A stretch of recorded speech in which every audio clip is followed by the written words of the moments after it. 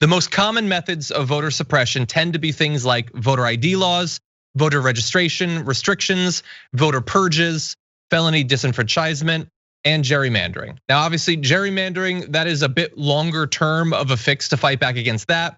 But things like voter ID laws, with enough time, you can potentially get around. Now, obviously, you can try to get an ID, which is difficult, it does cost money in some places, but there are a number of states, I believe about 20, that do have programs where you can get a free photo voter ID, but it might take some time. So that's another reason why we're not doing this special the week of the election.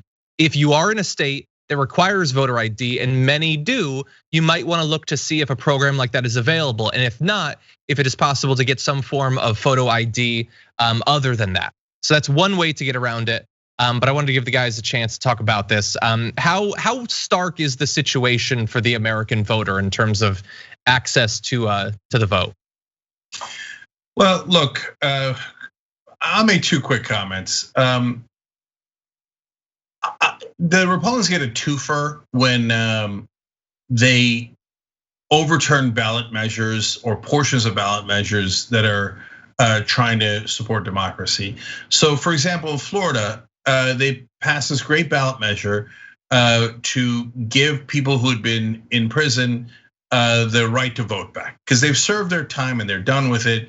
And a lot of Republican voters joined in on that because they know folks that have family members or friends that maybe got hooked on Oxy or whatever it might be, or robbed a bank or was a banker. Now then they'd never go to jail. So it passed overwhelmingly. And then afterwards, the Republican legislators in Florida are like, nah, we don't like that. So now we're gonna impose poll taxes. Now those are illegal, but now they have the Supreme Court, so maybe they'll make them legal in hindsight and say now you gotta pay fines and fees and you have to pay all this money to vote. And so they're basically undoing the ballot measure in a lot of ways. In South Dakota, I should say, a couple of years back, they passed a ballot measure even more overwhelmingly, saying that politicians should not take money from lobbyists, should not take gifts from lobbyists. It was actually really thorough and wonderful get out the money vote led by Republican voters. Those are the folks who control politics in South Dakota. The Republican legislators not only overturned the ballot measure, again, totally illegally, but basically said, what are you gonna do about it? Afterwards, they posed with gifts from lobbyists and put a picture up online. So that's how brazen they are. And the reason that's a twofer is they then go, well, I guess it makes people go, I guess voting doesn't matter because we voted on the ballot measure and the Republicans robbed us blind anyway and rubbed our noses in it. Well, guys, yes, but if Republicans are not in charge, they can't do that.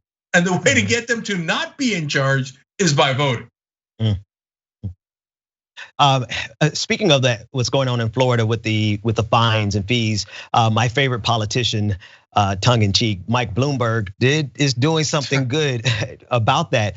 He is trying to help raise $16 million to help pay the fees for 32,000 people. The thing is, there are hundreds of thousands of voters in Florida who are disenfranchised by that very thing, Cenk.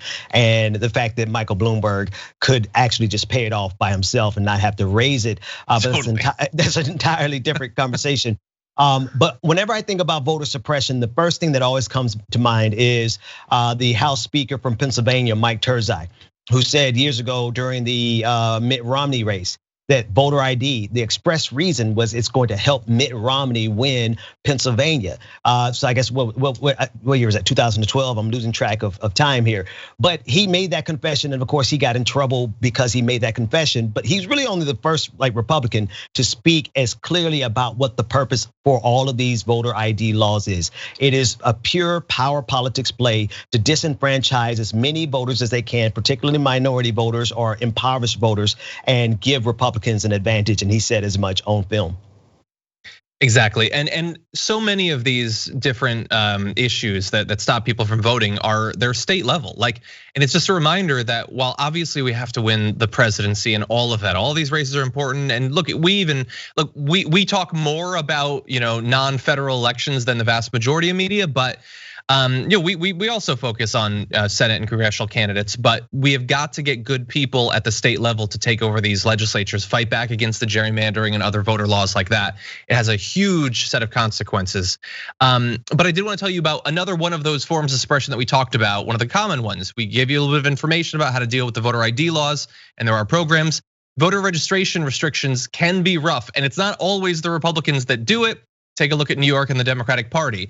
There can be very stringent requirements on registering far in advance of the election. Again, that's why we're doing this so far in advance of the election. So in many places, you need to look up your individual state, tyt.com/vote. You can get that information and you might be able to get around some of that. They're hoping that you don't pay attention to the election until the last couple of days, and then it might be too late. It's not too late right now. You can actually register.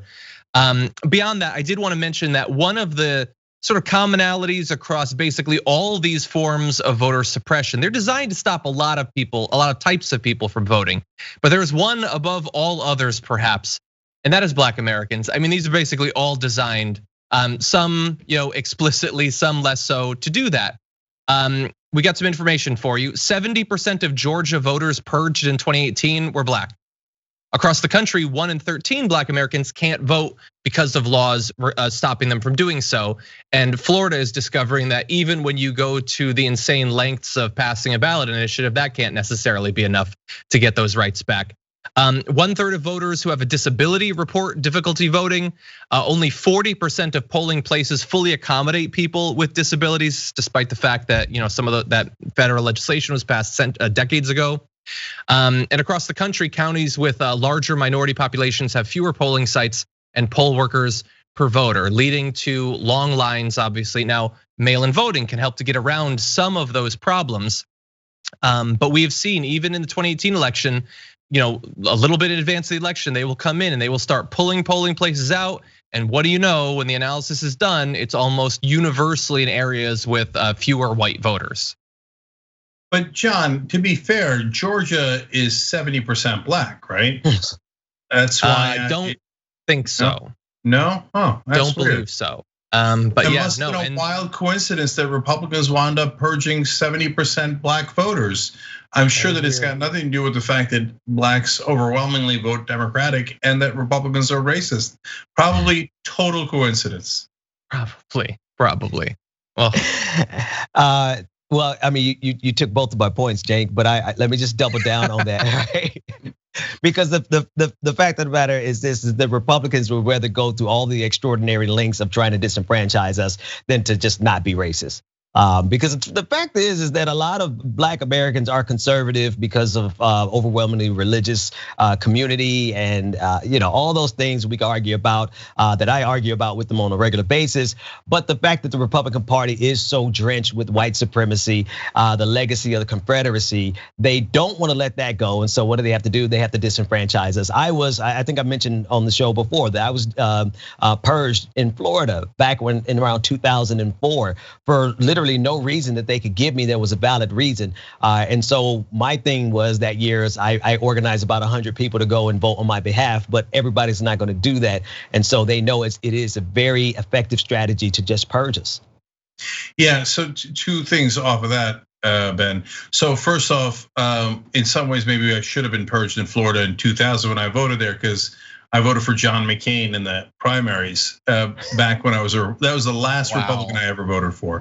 But it's a good thing I wasn't, because I wound up voting for Al Gore in Florida in the year 2000. Otherwise, it would have been 538 votes. Okay, so now in reality, as I've said 1,000 times, Al Gore won the state of Florida and won the Electoral College. The Supreme Court blocked it. A friend of mine just sent me a very depressing note. They're like, after the election, what if the Supreme Court says 5-4 or 6-3? Yeah, don't count any of the mail-in ballots. I mean, it kind of seems like that's it. I can't say that that's what the Supreme Court justices are expecting to do, but Trump is just casually dropping into conversations, including today, early, like a couple of hours ago. We need to make sure that we have 9 justices because they're going to try to steal this thing and we need to be defended. Like he assumes that they will have to weigh in and that they will weigh in to stop the count. That's what it's designed to do.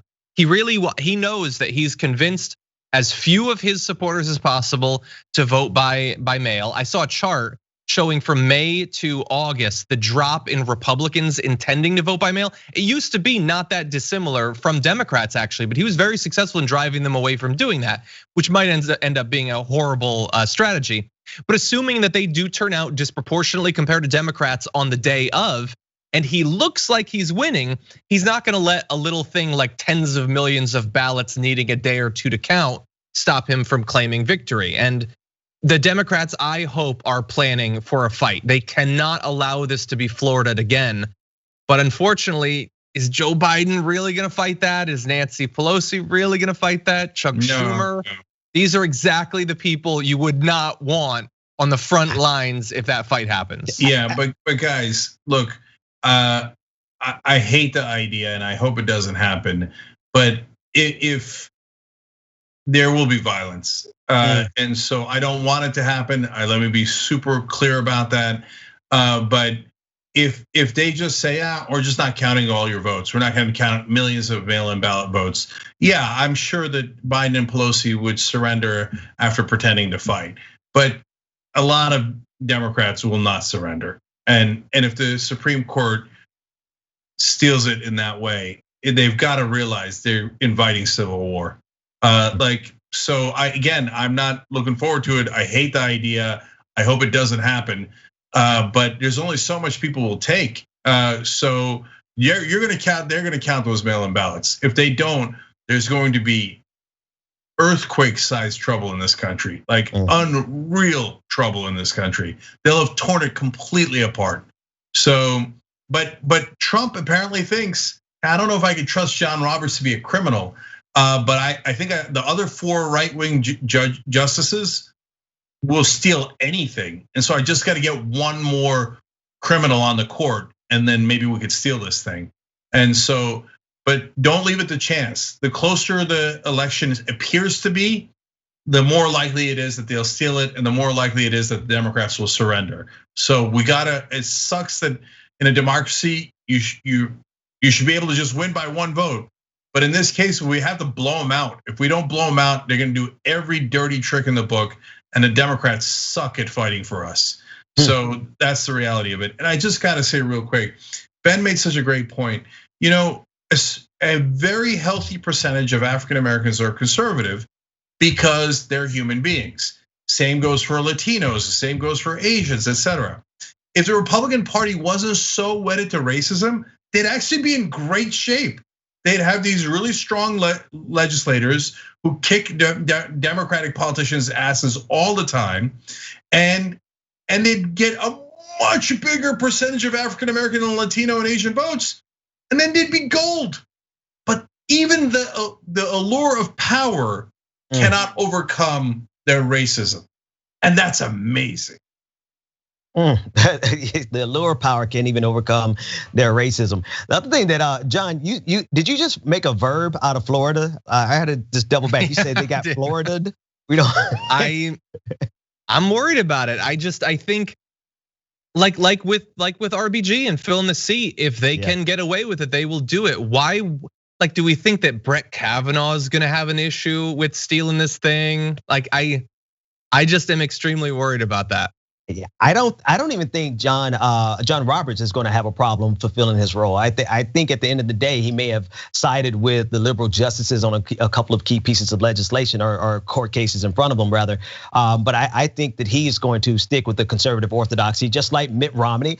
Right, he tucked tail and came right back into the conservative orthodoxy, and we're going to see that Republicans play power politics at all times, and that's what's wrong with Democrats. The only time they play power politics, and I'm not trying to drive this wedge, is when it's against progressives. Now, I'm going to help you guys get rid of Donald Trump the best I can, but we got to call a spade a spade. But they need to turn some of that machinations that they threw towards us towards the Republicans. And no, but Ben, that's such an important point. It's, whenever you criticize corporate Democrats, it's usually the press that jumps up and down and goes, don't divide people.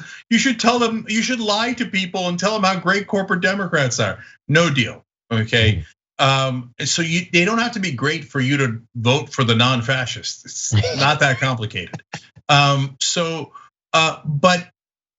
it is interesting, right? That apparently establishment Democrats have it in them. They play very dirty against progressives. We've given you dozens of examples here. And it's then it's a choice that they're making not to do that to Republicans.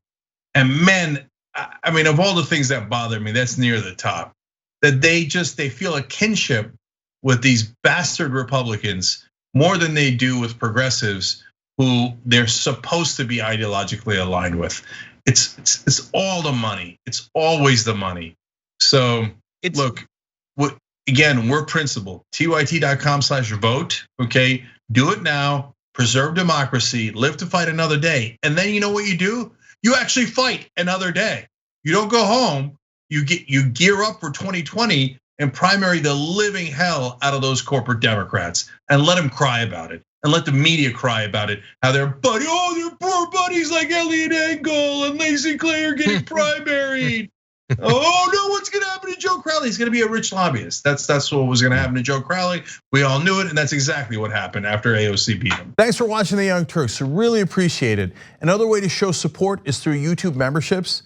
You'll get to interact with us more. There's live chat emojis, badges. You've got emojis of me, Anna, John, JR. So those are super fun. But you also get playback of our exclusive member-only shows and specials right after they air. So all of that, all you gotta do is click that join button right underneath the video. Thank you.